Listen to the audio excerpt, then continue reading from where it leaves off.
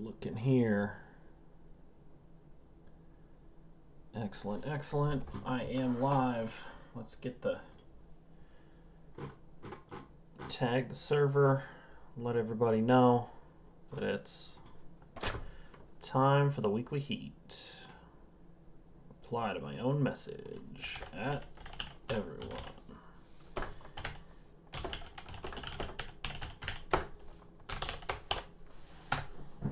Alrighty, I'll get some people hopping in here. See who shows up. I know it's kind of a last minute in terms of announced time to actual time starting. Only about an hour notice, but that's what happens when there's still so many unplayed games. I'm going to give everybody a hard time about it later when there's some people watching, but gotta play your games, people. Gotta play your games. Let's see how we're doing here. Just a little hangout. What should I talk about? I'm talking to no, it's just me. So I'm going to talk about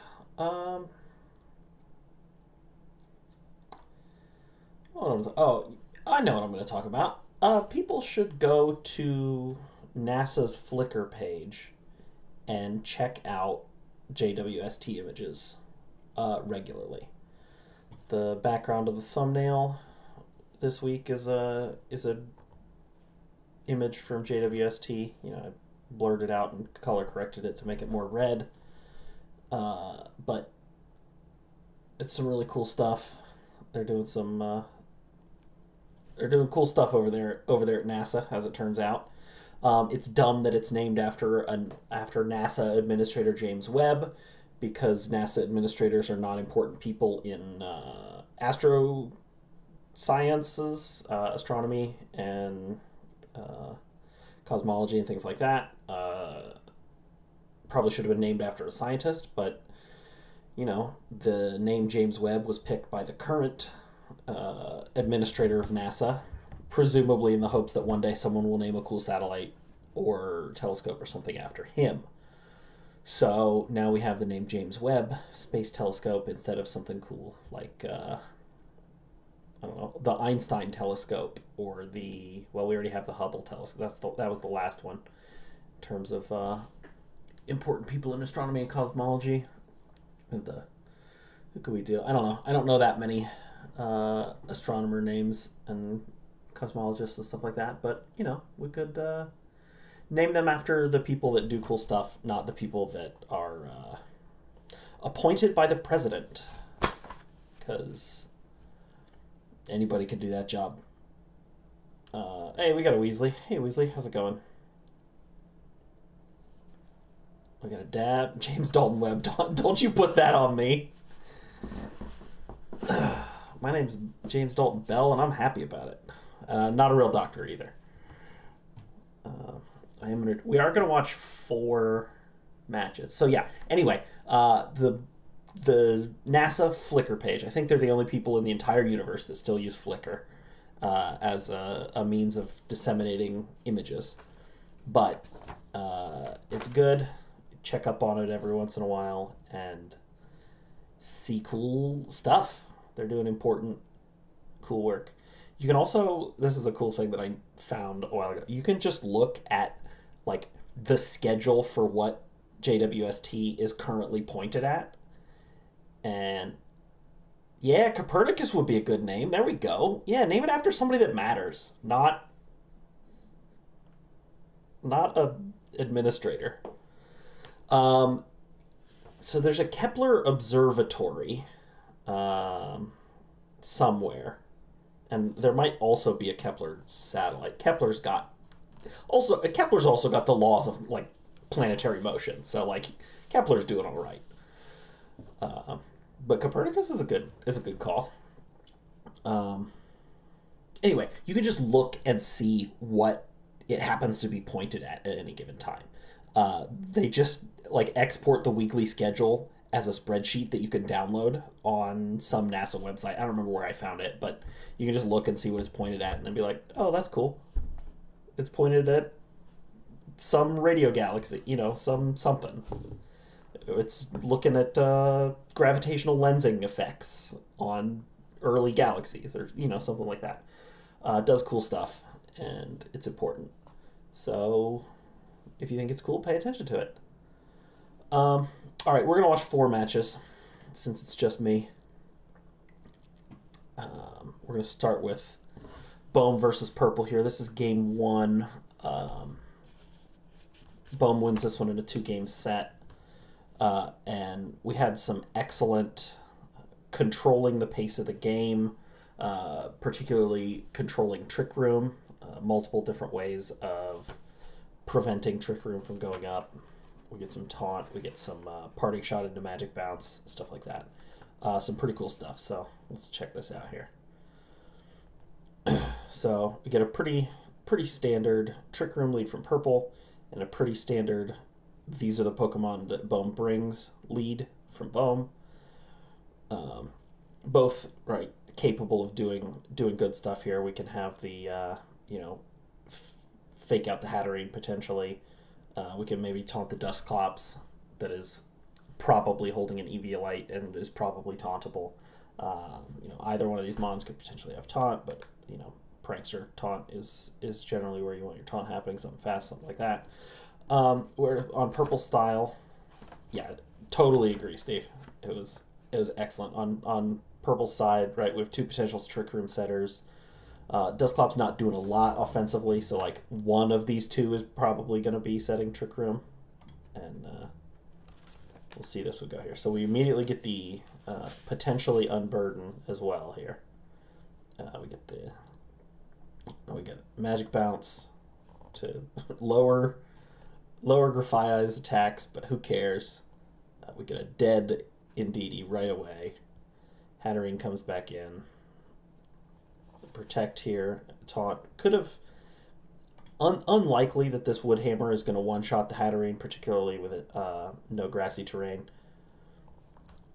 But the Protect on Hatterene, instead of, maybe the Hatterene being the one to set Trick Room, Bohm getting, just a little bit of luckiness in terms of, targeting there. But, it works, right? The taunt prevents the Trick Room. Now Torkoal's in, basically out of position. We can get the Hatterene out again. Nothing gets to do what it wants to do. And Rillaboom just gets to keep getting damage on stuff. We get a nice Terrifier here. Who cares about the... who cares about a fire-type attack? Well, doubly so when Heat Wave misses. Grafaià gets to get out of there. Oranguru comes in. And, yeah, nobody on Purple's side gets to do what they want. Yeah, it's gone from basically never happening to a pretty good way to deal with Hatterene. Parting Shot is just, it's a Dragon Tail or Circle Throw or something like that, except it doesn't have decreased priority, which is pretty sweet. It has an increased priority when you're firing off a Prankster. And Oranguru comes in here, gets to Expanding Force.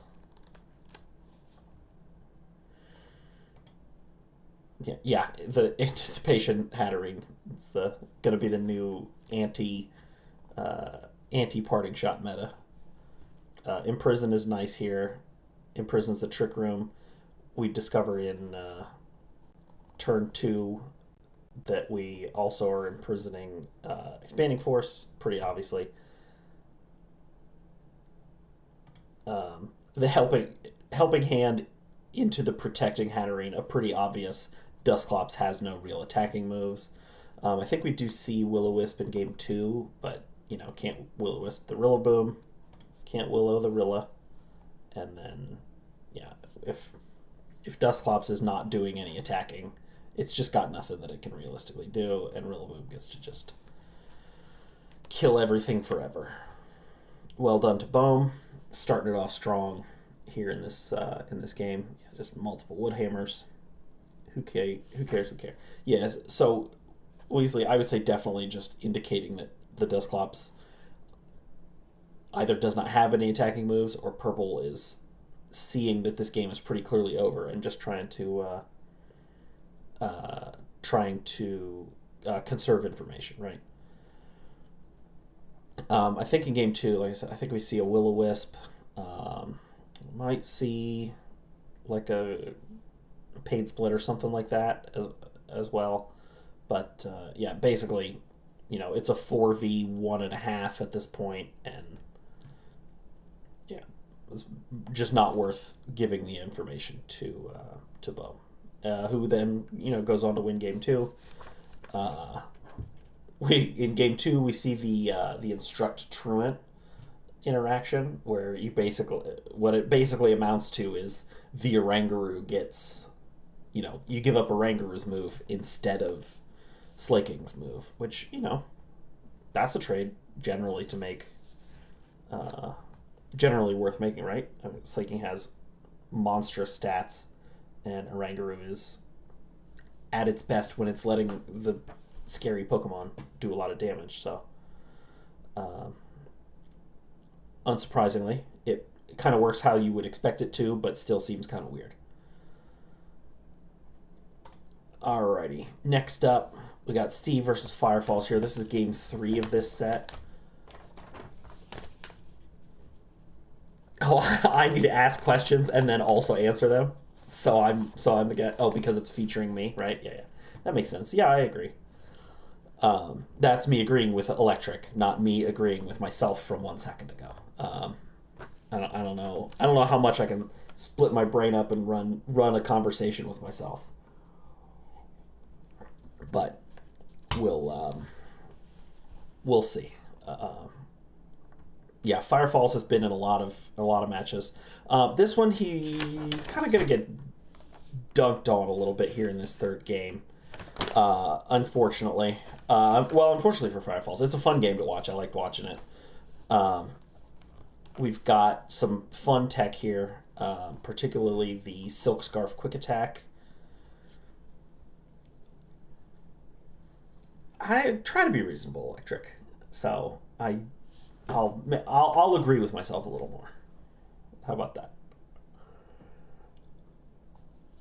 Now I feel like I'm just being taunted by people asking tongue twister questions. How much wood would a woodchuck chuck if a woodchuck could chuck wood? As much wood as a woodchuck could chuck if a woodchuck could chuck wood? I guess. But that's sort of tautological, right? Anyway, the Magnet Rise Magnezone is pretty sweet here as an anti-Ursaluna tech, right? If you can get your Magnezone in the air, then it can only hit you with normal type attacks. Your Steel type, you're laughing, basically. We're going to see the final Gambit on the Annihilate here, which is a big play that really closes out this game for Steve, but take a look at it here.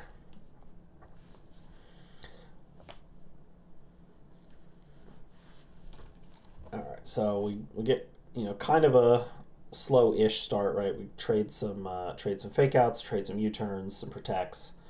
Doubling into the protect is rough for Firefalls, but the double priority into Palmont so it can just die before it does anything is pretty nice there. I assume that's going to kill basically all the time, right? That seems like the sort of thing that would be a plan, right? Silk Scarf Quick Attack plus Huge Power Aqua Jet is probably killing the Palmont, and then letting this Staraptor be a much bigger threat. The Terra Electric kind of rough, and then the knockoff one-shotting is kind of rough here, but we get big damage when the with that Aqua Jet there, Meowscarada down to 20%. So this final Gambit, I think, is the play of the game for sure. The Slowbro in is probably wanting to set Trick Room here, right? And then the Meowscarada dies, Blood Moon gets to come in, and Firefalls is feeling pretty good. But final Gambit just Steve says, Don't care. Slowbro dies. You will not be setting Trick Room. And then this Blood Moon ends up coming in this position with the Aqua Jet Azumarill here, with at least one other Pokemon in the back that's going to come in here. And no longer choice locked. The Magnezone gets to come in. Terra fighting. The Aqua Jet finishes off the Meowscarada. And now we're in a 2v1. Terra Blast doing huge damage. And just an out of position Ursaluna is just something you never want to see as the Ursaluna player. So, well done to Steve. Nice job, particularly in this third game of keeping Firefalls not quite where he wants to be, and winning as a result. Don't let your Ursalunas come in when you don't have good speed control, because it will die all the time. Alrighty, what do we got next here? We're gonna do two more. So this is another game 3. This is Samax versus Tux. As of this set, before this set is played, Tux still undefeated. Samax definitely not undefeated. A little bit of a rough start to his season, but has been doing pretty good in this back half, and managed to take this one to a game 3. Had some rough luck, some rough RNG in game 1.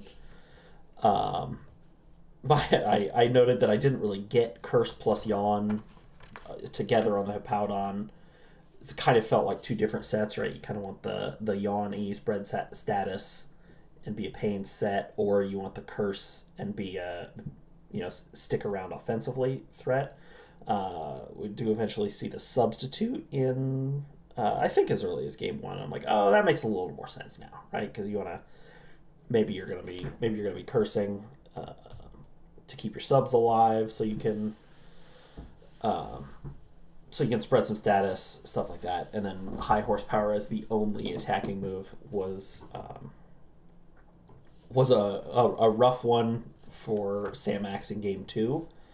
Tux played to a Noivern versus Hippowdon endgame. Hippowdon having only high horsepower.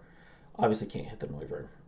But this game 3 here is a lot more dynamic and interesting. Both players playing pretty well.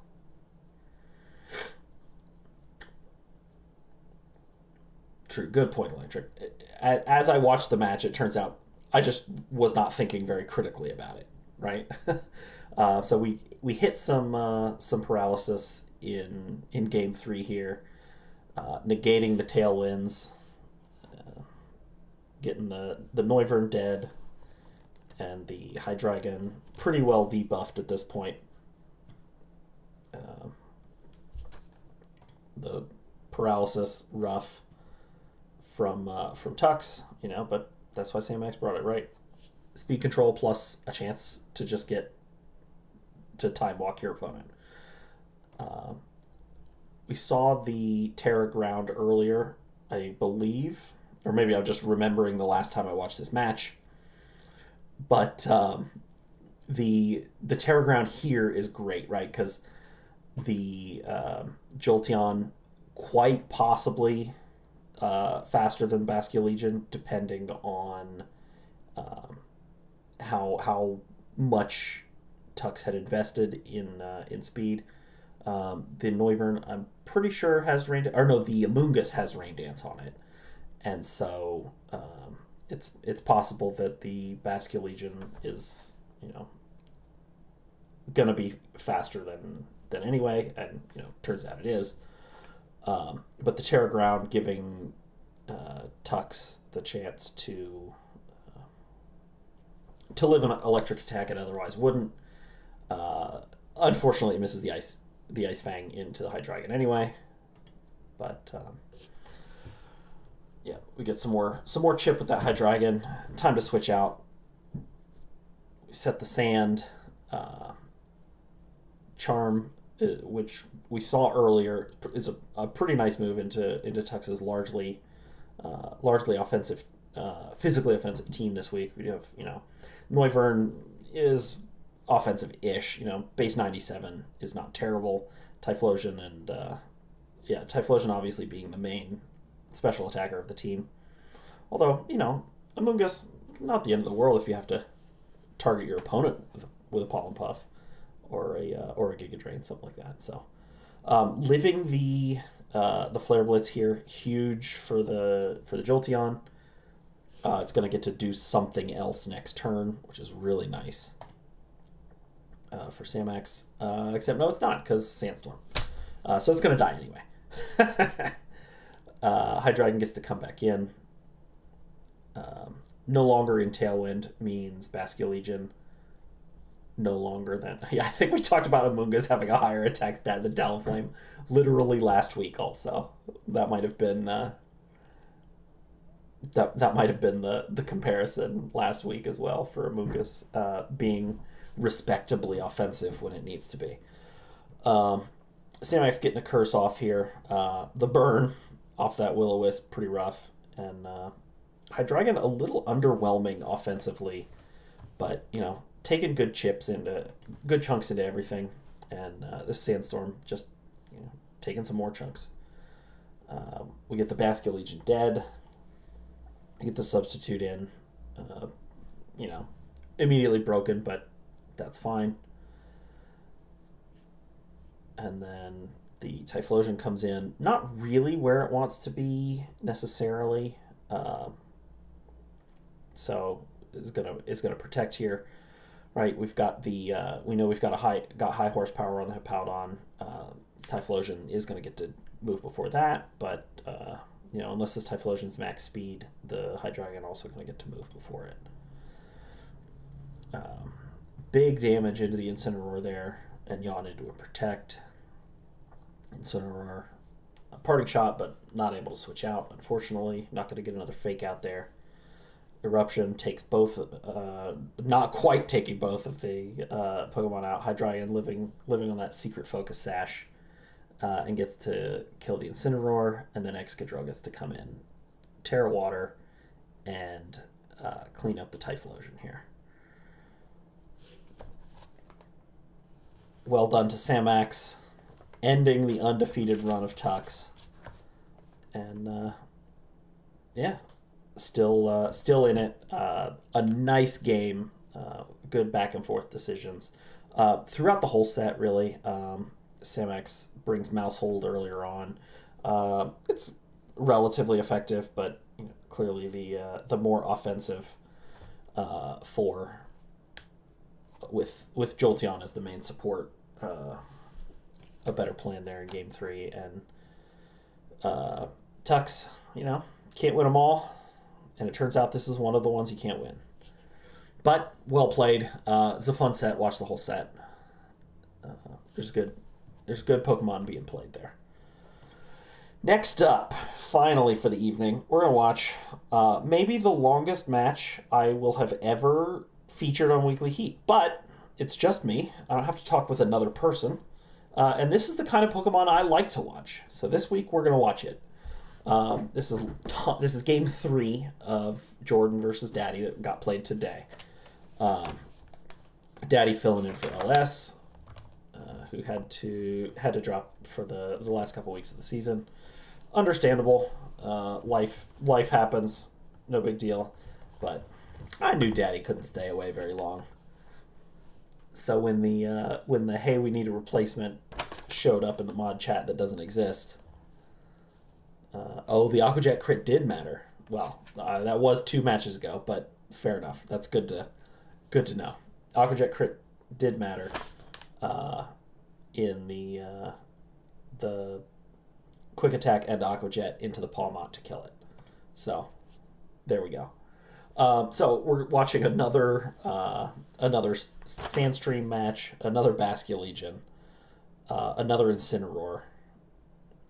This is the kind of stuff I like. Complicated switches,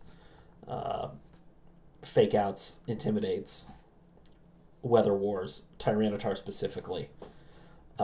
This is the kind of Pokemon I like and like to watch. Yeah, I knew you couldn't stay away. I knew you couldn't stay away. All right, so game one, Jordan felt in control basically the whole, like basically the whole game one, right? And then Daddy manages to win off kind of some luckiness. The psychic noise miss on like 2 or 3 turns before the end. Left the Garchomp at full health and allows the Vikavolt at the end to not kill it. And then Jordan wins game 2 very convincingly. And then we have this game, which is awesome. Lots of good switches happening, fun stuff. We get Porygon and Tyranitar, and then we got Archaludon and Grimmsnarl. Hey, Jordan, didn't nickname your Archaludon, huh? What's going on there? How dare you? You're normally so good at nicknames, but didn't nickname your Archaludon. That's okay. Daddy coming in with all the bear ticks. Tyranitic, Porygon B. Sinus just got a bear nickname. They all do. In honor of LS, so, and in honor of his new team name, the Beartick's Alaskan Dad or something like that. Whatever silly name he came up with, I don't know. It's a fun Beartick with a big belly logo. So we got Tyranitar with a wide lens, so we're gonna miss less rock slides. We got a Choice Scarf on the Porygon Z. We knew about that from an earlier game. And we're going to start off slow here, right? We're going to protect. We're going to trick. Snarl. Jordan unknowingly locked into Snarls here. The protect there may ultimately be like a game-winning play, right? Because the play rough does not do the, 60% it might otherwise have done to this Tyranitar on this turn, leaving it with a much higher buffer of health. You can go back. James advocate. You know what, Electric? Absolutely. I advocate for Beartick inflation art. No hyperbole. Absolutely. Anyway. So, you can go back in time as much as, you can say this caused this, which caused this, which caused this. But I do think this protect to, not necessarily that Daddy was thinking, I'm going to need more health much later on in the game, so I better protect against this play rough specifically. But, because also it could have been a body press from the Archaludon or, a Steel Beam. Well, probably not a Steel Beam. I probably wouldn't actually have done that much. Probably would have done like 35 or 40% or something like that to Tyranitar in sand. But no. Host James and guest James are in agreement on this. Make weird Pokemon art. Go for it. I got no problems with it. But anyway, the play rough. Does not do any damage to Tyranitar because of the good protect. Archaludon scarf tricked into Snarl, and we can move on to game 2. Here we're going to get an Intimidate. We see the Adrenaline Orb here, and now we've got Terrabug, and a great typing for Tyranitar to have, as it turns out. Not that it's like a surprise, right? It's pretty good, right? It's very little damage to from the fairy types, particularly at -1 now, and would not take much damage from a fighting type attack either. So a double switch here to get the rain set up and get Basculegion in for next turn. Probably not. James versus James live match probably doesn't do anything, but given that I can just decide who wins, but yeah, we'll we'll see how many times this James by himself thing happens. Um, a lot more cautious plays from Daddy, right? More protects. We see the whole floor from both players now. 5 turns in, and it's lots of switching. A second double switch from Jordan here. Machigacha going to do a little bit of damage and heal a little bit. The miss here, nice for Jordan. No longer at +1 speed after having had to switch out, but getting intimidated again. Pretty rough. And locked into the snarls here. Not nothing, but not necessarily great, right? We got the Incineroar comes out again. Tyranitar comes in. We're once again in the sand. Tyranitar extremely bulky. Sinistcha also extremely bulky and capable of healing itself very well. More switches, parting shots on both sides. Love to see that. Switching into a Machigacha is a little rough, but it is at -2 thanks to 2 snarls, so only takes 25% there. We get the Dragon Tail to switch the Archaludon out. It was getting a little carried away with the stamina boosts. Another double switch, this time on Daddy's side. Nothing quite dying from the Muddy Water. Get an accuracy drop. It is what it is. We're going to get a speed drop on the Grimmsnarl here and knock the Choice Scarf off. No longer choice locked here. Jordan maybe has some other stuff he might want to do. Strength Sap back to full health. And Grimmsnarl looking pretty anemic. Archaludon also not doing a ton with all these debuffs here and burned. Tyranitar comes back in. No longer getting the defense, or special defense rather, boost because it's no longer a rock type, but still beefy anyway. Nice little chunk onto the Archaludon.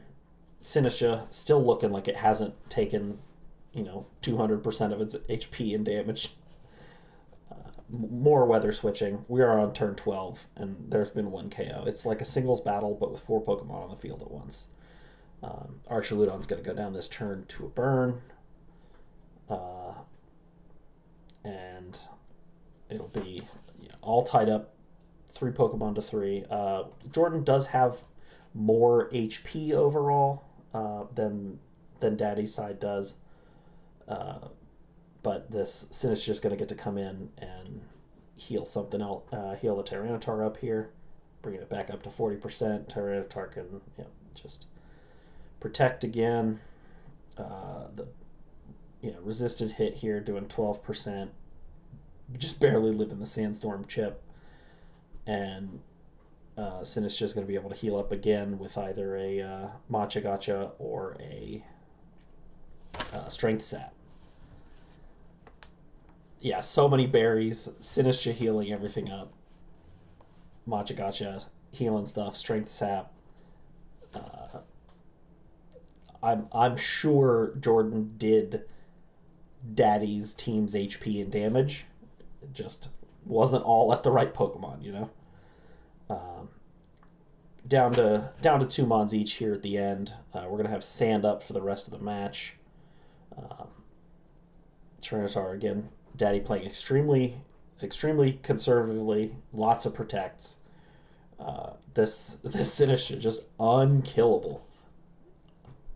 Strength Sap again back up to full health. Strength Sap up to 80%. And the Grimmsnarl now at 50% attack. Not really able to do much. And the Rock Slide taking both out after the Grimmsnarl flinch. Certainly clinched it, but not necessarily like a game-winning flinch or anything like that, right? We had if they were all still sitting here by the time Sandstorm was over, the Politoed and Grimmsnarl would have died to Sandstorm chip. they also both have spread moves, so even if Grimmsnarl did get to attack at -2, it's unlikely to have gotten a KO, but not impossible, right? Crits happen. So it could have been a 1v2, but you know, we've got the Protect on the Tyranitar to do some Sandstorm chip. The Rock Slide's less likely to miss because of the wide lens, and we also had the Matcha Gotcha that, you know, also plausible to have hit. Kind of got lost in the speed of the match, but the Screech a while back, it was quite a while back actually. I believe into the, when did that happen here? It was on turn, dang, it was a long time ago. When was Screech actually used? Turn 5, turn 4, turn 3. Here we go. On turn 2, Screech into the Grimmsnarl to give it -2. A nice play just to, you know, keep alive even longer, right? The yeah, a great set overall, and fun one to watch when it's just me. Really like Daddy's Tyranitar set overall, of Protect, Screech. Let's see if I can get it to show up on the screen here. Protect, Screech, Rock Slide, and the fourth one is Dragon Tail. And just make this a little yoink smaller, and we can see the Popow. There we go. Protect, Screech, Rock Slide, and Dragon Tail. See the whole set there. I like the set a lot. Prevented Jordan from being able to stack up any consistent buffs. We know Jordan likes big numbers and likes multipliers. So preventing that with the Dragon Tail's pretty nice. Screech as well is a way to drop notably the Basquiat Legion's attack, and you know, actually only use against the Grimmsnarl, but you know, works against Basquiat Legion as well. And then Rock Slide, obviously, just great move. Yeah, well done. Super great set. Watch the whole thing if you haven't. As always, watch all the matches. Speaking of all the matches,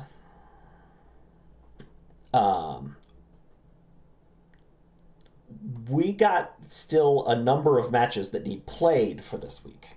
So 16 matches a week. We've got 5 that still need played. So play your matches, people. I can't, obviously, you're all human beings that get to make your own decisions. We have no,